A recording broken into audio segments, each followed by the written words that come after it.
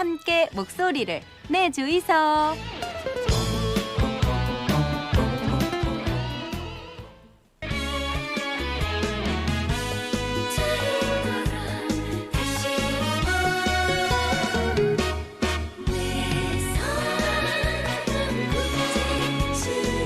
한 주간의 국제뉴스 정리해드리겠습니다. 황기식의 국제시장, 동아대 국제전문대학원 황기식 교수 함께하겠습니다. 어서 오십시오. 어서 오십시오. 안녕하십니까? 자, 유럽 국가 최초로 그린 패스를 도입하는 이탈리아. 그런데 뭐 시위가 어마어마하더라고요. 주말 내도록 시위를 하더라고요. 네. 예. 이 시위 규모가 좀 작지 않았습니다. 로마에서만 한 10,000명이 넘어 보이더라고요. 네네. 그런데 뭘 던져요. 이거 유럽에서는 뭘 던져갖고 사람을 상하게 하는 시위는 상당히 드문 거거든요. 예. 돌 같은 걸 던지고 경찰도 물대포하고 체류탄을 동원하던데 이거는 작은 규모를 넘어서는 소요 사태 정도로 보는 시각도 있더라고요. 예. 그만큼 이 그린 패스를 전격적으로 강화된 그린 패스를 최초로 도입을 했거든요. 네. 그린 패스라는 거는 작은 규모로 제한된 범위로 있었지 않습니까? 예. 백신 맞았다는 걸 접종을 하면은 유럽 국가끼리는 그래도 그 검사를 면제한다거나 예. 자유롭게 이동한다거나 아니면 이제 공공기관 같은데 나는 맞았으니까 패스 보여주면 공공기관 들어갈 수 있습니다라든가 예. 그 정도 규모였는데 왜 시위가 일어나냐면 10월 15일부터 이번 주 금요일부터 그린 패스가 없으면 이탈리 내에서는 어떤 직장에서도 일을 할 수 없습니다. 상당히 강화된 최초의 이제 직장 금지령인 거죠. 예. 이걸 보여주지 않으면은 이번 금요일부터는 공공 영역이든 민간 영역이든 간에 즉 공기업이든 사기업이든 간에 전 노동자는 모두 패스를 소지하고 있어야 됩니다. 네네. 아니면은 노동자는 정직 처분을 받도록 돼 있고 고용주는 큰 규모의 과태료를 부과하도록 돼 있습니다. 이번 주 금요일부터. 예. 그러니까 이렇게 좀 약간 파격적인 그 그린 패스니까 이 정도 규모의 시위가 일어날 수밖에 없죠. 예.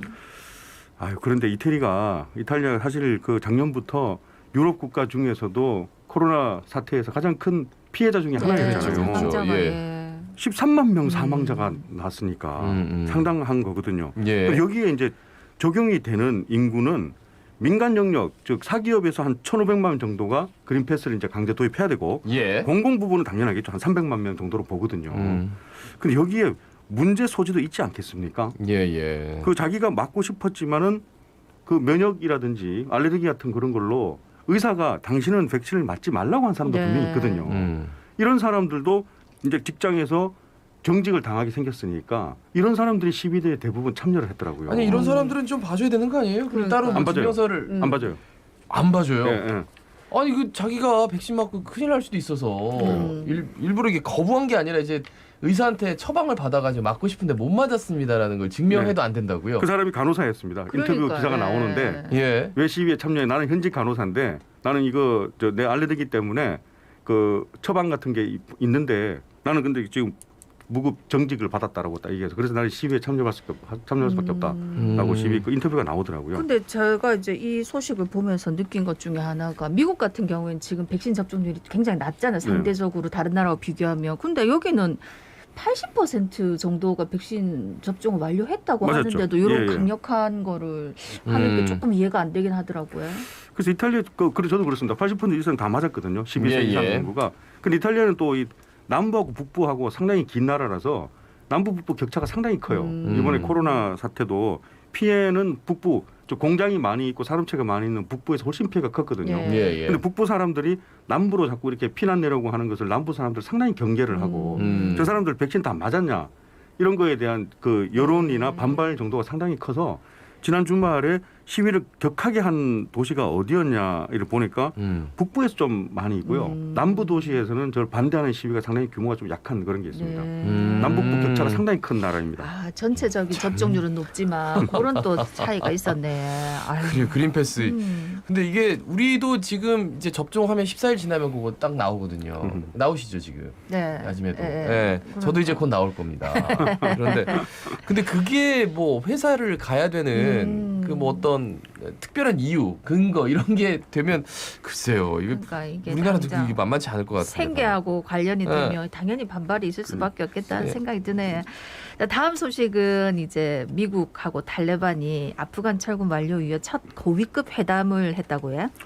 생각보다는 좀 빨리 했습니다. 네. 예. 8월 달에 철수를 완료했으니까 한 2달 만에 하더라고요. 그래서 어디서 하나 이렇게 봤더니만 미국도 아니고 아프간도 아니고 제3의 장소 카타르를 골랐더라고요. 카타르 도하에서 지난 주말에 이틀 동안 회담을 했습니다. 예. 그 결과도 오늘 발표를 했거든요. 상당히 건설적이었다, 뭐 도움이 되었다, 긍정적이었다 이렇게 발표를 했는데 그 말만 뭐 반드시 믿을 거는 아니고요. 일단은 그 대표단이 어떻게 구성됐는지도 자세하게 발표는 안 했지만 예. 그 미국하고 탈레반하고 지금 서로 원하는 게 다르지 않겠습니까? 미국은 일단 간단하게 말씀드리면 제일 먼저 아직까지 남아 있는 미국인들은 100% 안전하게 철수를 보장하는 것이 제 첫 번째 관심 아니겠습니까? 네. 그렇죠. 그걸 보장해달라는 거거든요. 네네. 그리고 두 번째는 극단주의 단체는 반드시 저지해달라는 거거든요. 미군이 철수한 명분 중에 첫 번째가 이제 IS라든지 알카에다 같은 그런 무장 단체들, 극단주의 단체들은 아프간에서 활동하지 않는다라는 그런 명분을 내세우고 철수를 했지 않습니까? 예. 철수하고 나서 사실은 극단주의 단체가 활성화되면 안 되니까 이 부분은 약속을 지켜달라는 거거든요. 그렇게 해주면은 인도주의적인 지원을 해주겠다라는 것이 미국이 이번에 회담에 임했던 주요 키워드였고, 네네. 아프간은 생각이 조금 달라요.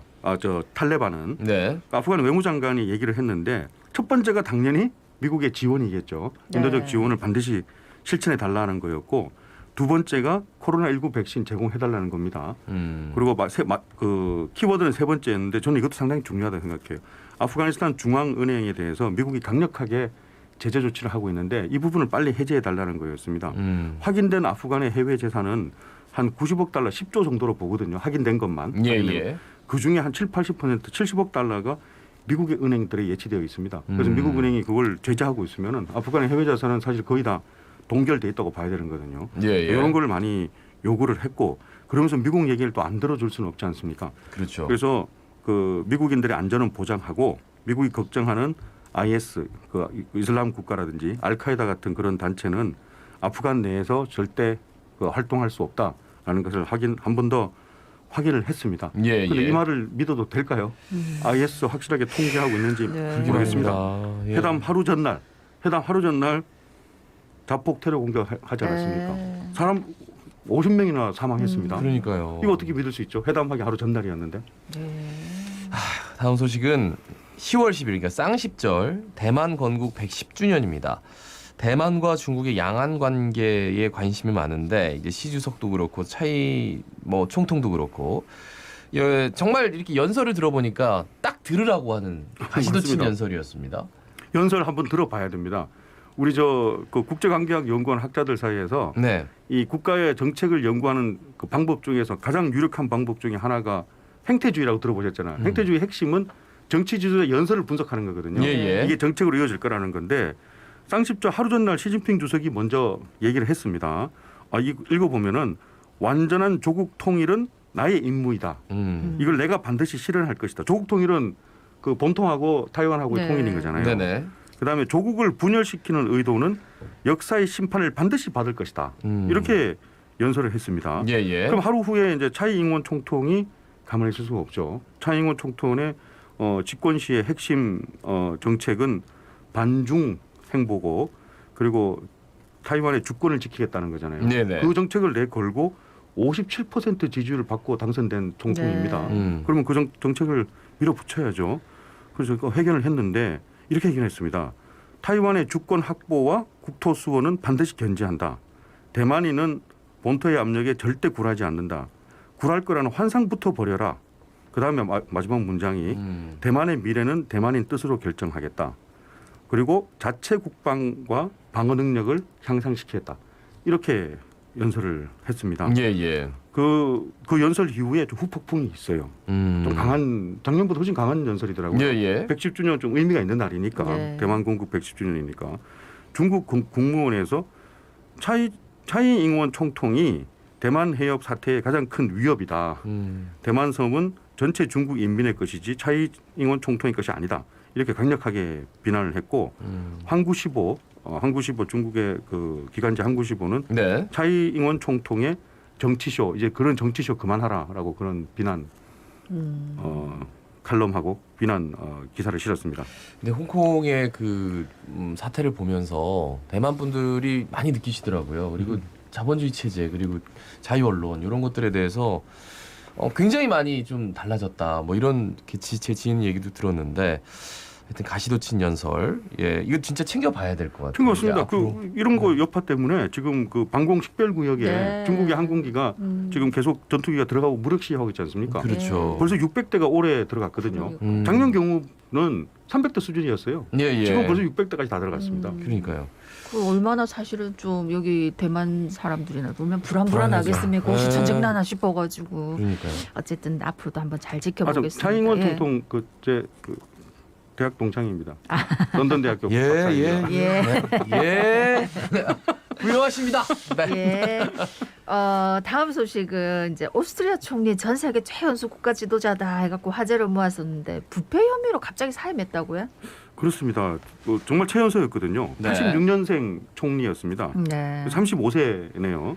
세바스티안 구르츠 총리가 검찰 조사를 받다가 지난 주말에 한밤에 기자회견을 해서 나는 결백하지만 사임하겠다고 발표를 하더라고요. 그런데 발표를 했는데 이틀 만에 바로 어제 취임했습니다. 외무부 장관이 샬렌베르크 외무부 장관이 어제 새 총리로 취임을 했거든요. 네네. 자, 근데 그 최연소 총리인 세바스티안 쿠르츠 총리가 왜 갑자기 사임을 하게 됐냐 하면은 5년 전에 그 당시에 5년 전에 30세 나이로 오스트리아 현직 외무부 장관이었거든요. 네. 예. 그때 좀 문제가 있었어요. 자기가 소속된 정당에다가 여론조사를 우리 정당을 좀 유리하게 해달라 여론조사 기관에다가 주고 그리고 이걸 언론에 좀 대부분 게재해달라고 하면서 그 과정에서 돈을 좀 많이 썼는데 예. 여론조사 기관에도 좋겠고 언론사에도 좀 이렇게 청탁을 했겠죠. 네. 근데 그 과정에서 또 정부 예산 혐의도 정부 예산을 유용한 거예요. 네네. 자기 돈을 쓴 게 아니라 정부 예산을 유용했고 또 하나 큰 문제가 그럼 조사가 시작될 거 아닙니까? 네. 그렇죠. 조사 과정에서 대부분 거짓말했다는 거예요. 위증 혐의가 초과됐거든요. 자, 그러면 이 정도로 그렇게 급하게 총리를 사퇴하겠냐 하겠지만 유럽에서 가장 싫어하는 유럽 사람들이 가장 싫어하는 두 가지를 얘기하라 그러면 하나는 커럽션, 부패, 예. 또 하나는 텔링어라이, 거짓말이잖아요. 그 부패한 거하고 거짓말하는 것을 가장 싫어하는 단어 두 가지. 저희도 싫어합니다. 예. 근데 왜 두 가지를 동시에. 그 두 가지가 동시에 네. 적용된 거예요. 어. 정부 돈을 유용했고 위증했 거짓말했고. 예. 그러니까 이것 자체가 이제 어떻게 보면 굉장히 오랫동안 지켜져 온 정치 문화고. 맞습니다. 예. 네. 그건 절대 안 된다라는 것 그 선에서만큼. 근데 오히려 그 개인 사생활 문제 이런 것들에 대해서는 그렇게 뭐 터치 좀 안 하고. 우리하고는 달리 좀 관대한 편이더라고요. 예, 그런 관대한데 부분에서. 이게 예. 뭐 부패했다, 거짓말했다 예. 이런 것들에 대해서는 정말 뭐 가차없더라고요. 예. 그렇게 되면 이제 지금 여기 오스트리아 정부가 좀 어떤 지금 위기 상황 아닙니까? 어떻게 되는 겁니까? 그렇습니다. 이거 저 연정이니까요. 연정이 네네. 흔들릴 가능성이 있고 국민당하고 녹색당 연립이었거든요. 그럼 녹색당하고 지금 소속돼 있는 국민당하고 연립인데 이게 흔들릴 가능성이 있고요. 또 큰 문제는 이 물러난 쿠르츠 총리는 물러났지만은 국민당의 당수 자리는 지키겠다고 발표를 했거든요. 네. 아니 그럼 새로 취임한 샬렌베르크 총리는 뭐냐 이렇게 되는 거거든요. 그 샬렌베르크 총리가 어제 취임 기념으로 페이스북에 글을 올렸는데 거기 글을 읽어보니까 나는 그림자 총리가 아니다. 그게 그 글의 제목이에요. 이게 물러난 총리가 뒤에서 네. 섭정할 것이다. 허수아비가 안 되겠다. 네. 이런 걸 우려하는 듯한 글입니다. 마지막 소식은 노벨 평화상 얘기를 좀 해보겠습니다. 이게 독재에 맞서가지고 표현의 자유를 지킨 언론인에게 수여가 됐다고요? 그렇습니다. 노벨 상 다 발표됐는데 네네. 관심 있는 게 경제학상하고 평화상, 문학상 그렇죠. 이런 거잖아요. 그런데 평화상이 이번에 더 의미가 있는 것 같아요. 상당히 오랜 기간 동안 한 30년대 이후로는 이 언론인에게 평화상을 준 적이 없었거든요. 그렇죠. 지금 한 80년, 90년 만에 언론인에게 노벨상을 평화상을 줬습니다. 두 사람에게. 필리핀의 마리아 레사하고 러시아의 드미트리 무라토프인데 필리핀의 마리아 레사는 필리핀 최초의 노벨상 수상자입니다. 필리핀에 탐사 보도회가 용감하게 보도하는 그런 인터넷 언론 있지 않습니까? 그 언론의 창립자입니다. 그래서 계속해서 그 인터넷 언론에서 두테르테 현직 대통령을 비판하는 몇 안 되는 언론인이거든요. 그래서 목숨 걸고 비판한다 그랬고 그래서 두테르테 대통령도 축하한다고 일단 발표를 했더라고요. 좀 늦기는 늦었지만. 그다음에 그 러시아의 그 무라토프는 네. 여기도 거의 몇 안 되는 반정부 신문입니다.